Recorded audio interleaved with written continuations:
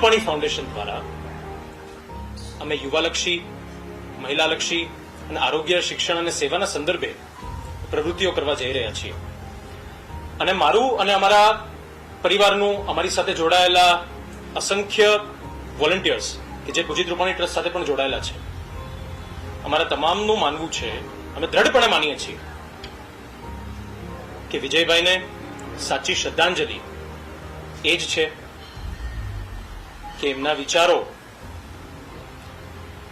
આગળ વધે અને સેવાના કાર્યો વિવિધ પ્રકલ્પો દ્વારા થતા રહે.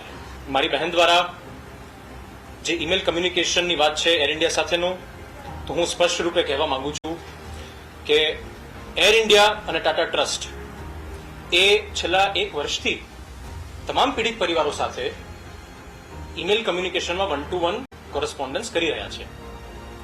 અને જે કંઈ પણ ડોક્યુમેન્ટ્સની આપ લે હોય, જે કંઈ પણ ઇન્ફોર્મેશનની આપ લે હોય, એ ચાલી જ રહી છે. તો એમાં ઈમેલ કમ્યુનિકેશનમાં કશું નવું નથી. વાત આવી લીગલ ક્લેમ વેવરની, તો એના માટે રાધિકાબેને પોતાનું મંતવ્ય રજૂ કર્યું અને એર ઇન્ડિયાને એક ઈમેલ કર્યો છે અને એર ઇન્ડિયાએ, આપ સર્વેને ખબર છે, જવાબ પણ એનો આપ્યો છે.